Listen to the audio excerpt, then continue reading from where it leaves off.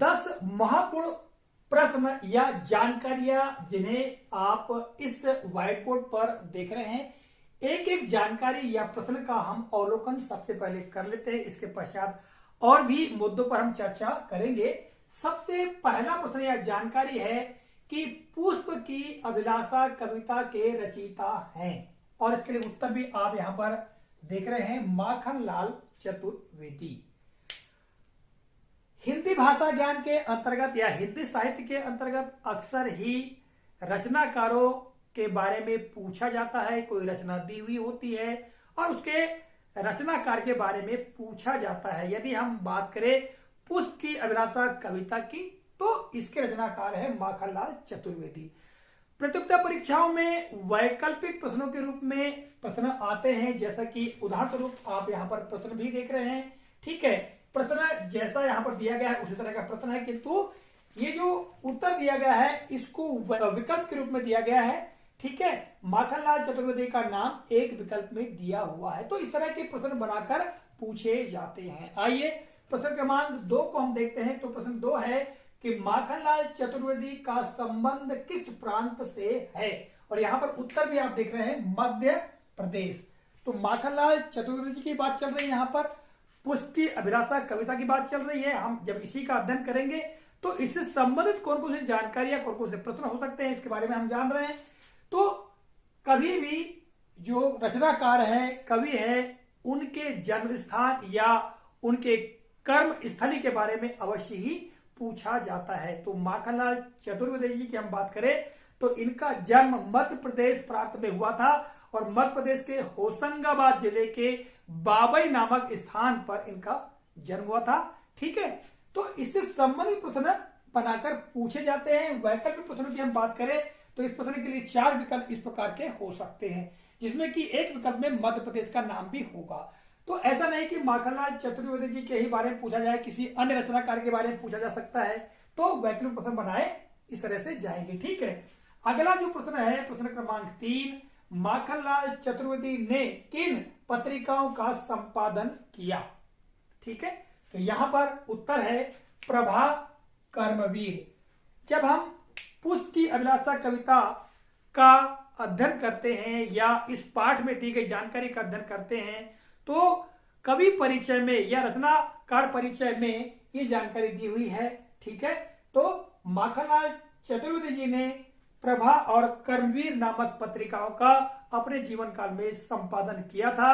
यदि वैकल्पिक प्रश्न की हम बात करें तो इस तरह का वैकल्पिक प्रश्न आपको देखने को मिल सकता है। ठीक है, प्रश्न क्रमांक 4 की हम बात करें तो प्रश्न क्रमांक 4 है कृष्णार्जुन युद्ध किसकी रचना है? उत्तर यहां पर देख रहे हैं, माखनलाल चतुर्वेदी। अक्सर प्रतियोगिता परीक्षाओं में जो रचनाएं हैं उनके रचनाकारों के बारे में, लेखक के बारे में अक्सर पूछा जाता है। तो इस कविता की हम बात करें, पुष्प की अभिलाषा कविता की बात करें, तो इसमें लेखक जो परिचय दिया गया है उसमें ये जानकारी दी हुई है। जो माखनलाल चतुर्वेदी जी हैं, उन्होंने कृष्णार्जुन युद्ध, हिम तरंगिणी, हिम किरीटिनी, युगचरण, साहित्य देवता जैसी रचनाओं की रचना की है। तो इसके बारे में अक्सर पूछा जाता है। तो यहां पर हमने पूछ लिया है कि कृष्णार्जुन युद्ध किसकी रचना है। अब इसी प्रश्न के लिए वैकल्पिक प्रश्न कैसे बनाए जा सकते हैं, यहां पर आप देखिएगा, ये वैकल्पिक प्रश्न है, प्रश्न तो यही है, और इसके लिए 4 विकल्प यहां पर दिए गए हैं। तो इस तरह से हम सही विकल्प का चयन कर सकते हैं। प्रश्न क्रमांक 5 की बात करें तो पुष्प की अभिलाषा कविता में मूल भाव निहित है, और यहाँ उत्तर दिया गया है देशभक्ति। यदि कविता का हम अध्ययन करते हैं तो उसमें पाते हैं कि उसका मूल भाव देशभक्ति है। कई बार क्या होता है कि जो कविताएं हैं उनको पढ़े बहुत दिन गुजर जाते हैं और हम उससे संबंधित जानकारी विस्मृत हो जाते हैं। इसीलिए प्राथमिक या माध्यमिक कक्षाओं की पाठ्य पुस्तकों का अध्ययन करके हम पुनः जानकारी को ताजा करते हैं। तो इस कविता में मूल भाव है देशभक्ति। अब इसी प्रश्न के लिए वैकल्पिक प्रश्न हम देखें तो यहाँ देख रहे हैं आप लोग, देशभक्ति जो है वो एक विकल्प में दिया हुआ है। तो इस तरह के वैकल्पिक प्रश्न बनाए जा सकते हैं। प्रश्न क्रमांक 6 देखिएगा, बादल के 2 पर्यायवाची हैं, और यहाँ पर उत्तर है जलद मेघ। ये 2 पर्यायवाची शब्द हैं। तो इस कविता में व्याकरण से संबंधित जानकारी भी दी गई है, पर्यायवाची शब्दों के बारे में दिया गया है। जैसे फूल के पर्यायवाची शब्द की हम बात करें तो कुसुम, सुमन, पुष्प, ये इसके पर्यायवाची हैं। इसी तरह से यहां पर बादल के पर्यायवाची के बारे में हमने जानकारी ली है कि बादल के दो पर्यायवाची जलद और मेघ है। इसी के लिए वैकल्पिक प्रश्न भी आप यहां पर देख रहे हैं कि इस तरह से वैकल्पिक प्रश्न बनाया जा सकता है, जिसमें एक विकल्प में आप देख रहे हैं जलद और मेघ। ठीक, प्रश्न क्रमांक 7 देखिएगा, यहां पर एक शब्द देखिएगा गूथना। शब्द में अनुस्वार या अनुनासिक का प्रयोग कर शुद्ध शब्द बनाया जाएगा। बड़ा ही महत्वपूर्ण प्रश्न है और बहुत ही महत्वपूर्ण जानकारी है। इससे संबंधित कई प्रकार के प्रश्न बनाकर पूछे जाते हैं। तो अनुस्वार का मतलब केवल जो बिंदी होती है उसे हम अनुस्वार कहते हैं, और अनुनासिक जो चंद्र बिंदु होता है उसे हम अनुनासिक कहते हैं। तो यहां पर किसका प्रयोग होगा? निश्चित तौर से यहां पर अनुनासिक का प्रयोग होगा, अर्थात चंद्र बिंदु का प्रयोग होगा, तब जाकर के यह शब्द शुद्ध होगा।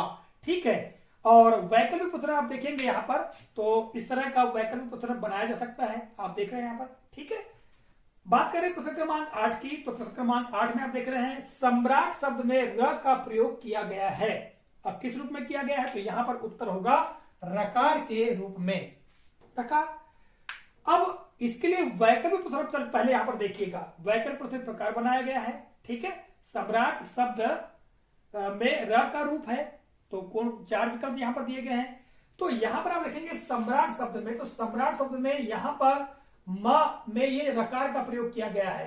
ठीक है, तो ये रकार में जब र का प्रयोग इस प्रकार किया जाता है, अर्थात र के पहले किसी या र के पूर्व में किसी आधे वर्ण का प्रयोग किया जाता है, तब र का प्रयोग रकार के रूप में होता है। तो यहां पर आधा म, अर्थात जो म वर्ण है वो आधा म का प्रयोग किया गया है, और यहां पर पूरे र का प्रयोग किया गया है। अर्थात र के पूर्व किसी भी वर्ण का आधे वर्ण के रूप में प्रयोग किया जाता है, तब जो र है उसका प्रयोग रकार के रूप में होता है, और हम इसे रकार कहते हैं। वैकल्पिक प्रश्न में भी आप देख सकते हैं यहां पर।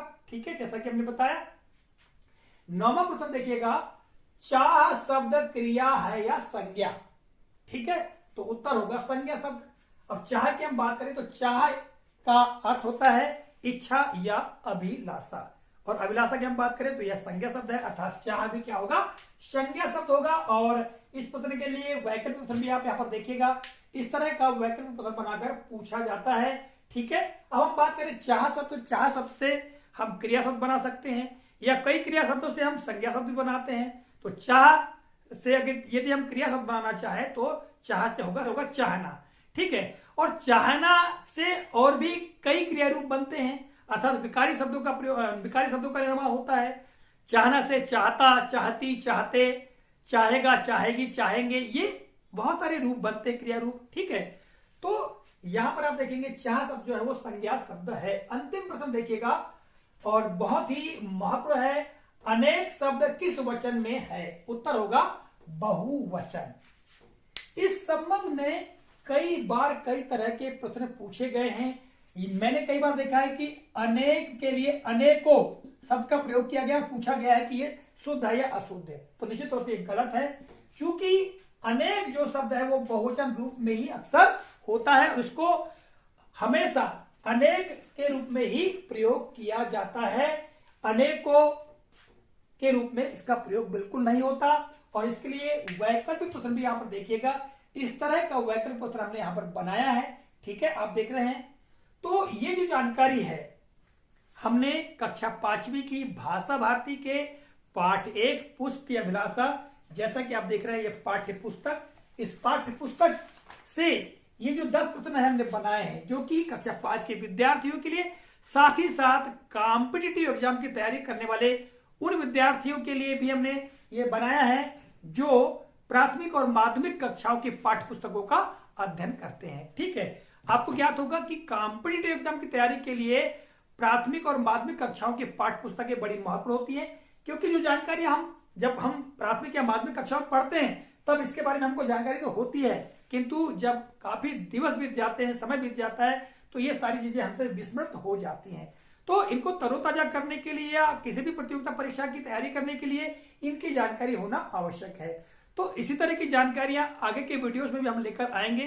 आशा करता हूं आज की जानकारी आप लोगों को काफी महत्वपूर्ण लगी होगी। तो मिलेंगे अगले कालखंड में, तब तक के लिए जय हिंद।